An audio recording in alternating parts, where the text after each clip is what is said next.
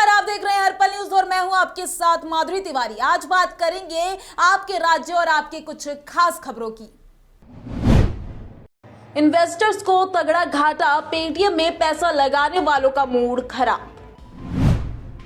Lucknow court ने जारी किए सपना चौधरी के खिलाफ अरेस्ट वारंट। शो कैंसिल करके दर्शकों के पैसे नहीं लौटाने का लगा आरोप।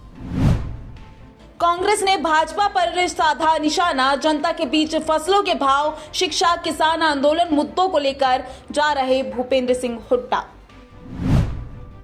यूपी के सहारनपुर से सामने आई सनसनीखेज वारदात, 2 भाइयों की हुई गोली मारकर हत्या। दिल्ली के सीएम का मिशन रोड, यमुना की सफाई करने के लिए बहुत बड़े स्तर पर शुरू हुआ प्लान। दिल्ली सुप्रीम कोर्ट ने बॉम्बे हाई कोर्ट के उस आदेश को खारिज कर दिया जिसमें कहा गया था कि किसी नाबालिग को कपड़े के ऊपर से छूने को यौन उत्पीड़न नहीं माना जाएगा। बॉम्बे हाई कोर्ट की नागपुर बेंच की जस्टिस पुष्पा गनेडीवाला ने पॉक्सो एक्ट का हवाला देते हुए कहा था कि इस कानून के तहत अगर स्किन टू स्किन कांटेक्ट नहीं हुआ तो उसे सेक्सुअल हैरेसमेंट नहीं कहेंगे। ऐसे मामलों को पॉक्सो एक्ट के तहत परिभाषित नहीं किया जा सकता।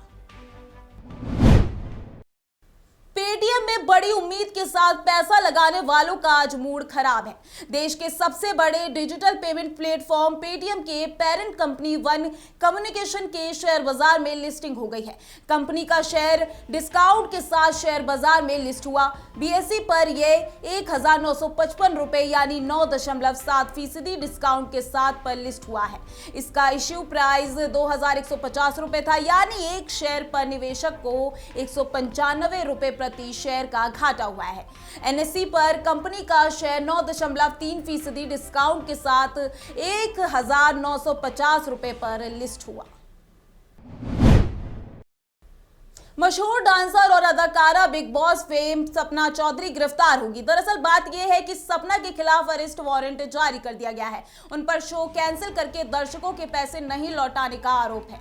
उत्तर प्रदेश की राजधानी लखनऊ की एक कोर्ट के एडिशनल चीफ मजिस्ट्रेट शांतनु त्यागी ने मामले में सुनवाई करते हुए पुलिस को आदेश दिया कि अगली सुनवाई में उन्हें कोर्ट में पेश किया जाए। आपको बता दें कि सपना चौधरी के खिलाफ कोर्ट को आरोप तय करने के आदेश मिले। आपको बता दें कि इसलिए उन्हें कोर्ट में तलब किया गया। मामले में एफआईआर दर्ज होने के बाद सपना चौधरी ने कोर्ट में इसे रद्द करने की अपील की थी।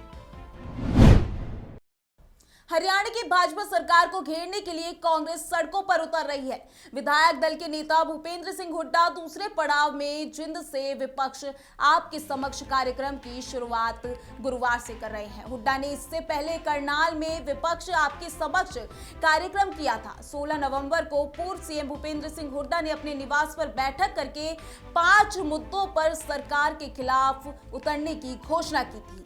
कांग्रेस जनता के बीच फसलों के भाव, शिक्षा, किसान आंदोलन मुद्दों पर बात करने की अपील की थी।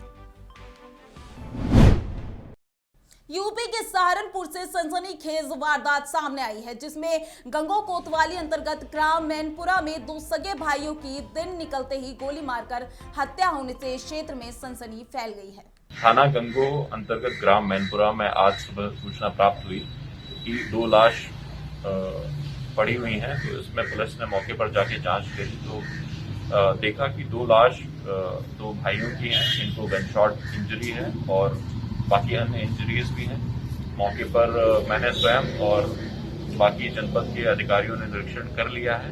एफएसएल की टीम और डॉग स्क्वाड और सर्विलांस के माध्यम से हम घटना का अनावरण करने का प्रयास कर रहे हैं। कुछ क्लूज हम लोगों को मिले हैं इस घटना के संबंध में। शीघ्र ही इस घटना का अनावरण किया जाएगा। देश की राजधानी दिल्ली के मुख्यमंत्री अरविंद केजरीवाल मिशन मोड के तहत सब दिल्ली वालों को मिलकर यमुना की सफाई करने के लिए बहुत बड़े स्तर पर पूरा प्लान शुरू कर दिया गया है।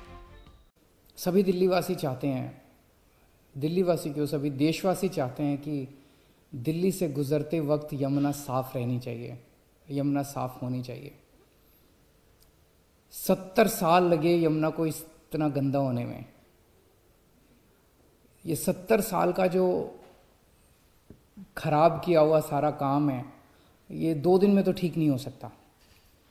तो मैंने इस वाले चुनाव में जब दिल्ली का चुनाव लड़ा था, मैंने प्रॉमिस किया था दिल्ली वालों की कि अगले चुनाव तक मैं यमुना को साफ़ कर दूंगा, और अगले चुनाव के पहले मैं भी यमुना में डुबकी लगाऊंगा और आप सब लोगों को यमुना के साफ़ पानी में डुबकी लगवाऊंगा। यमुना को साफ़ करने के लिए हम लोगों ने पूरा जोर शोर के साथ युद्ध स्तर के ऊपर काम शुरू कर दिया है। दिल्ली की पटियाला हाउस कोर्ट ने कांग्रेस नेता सलमान खुर्शीद की किताब के प्रकाशन और बिक्री पर रोक लगाने से इनकार कर दिया। कोर्ट ने कहा अभिव्यक्ति के अधिकार पर रोक नहीं लगाई जा सकती।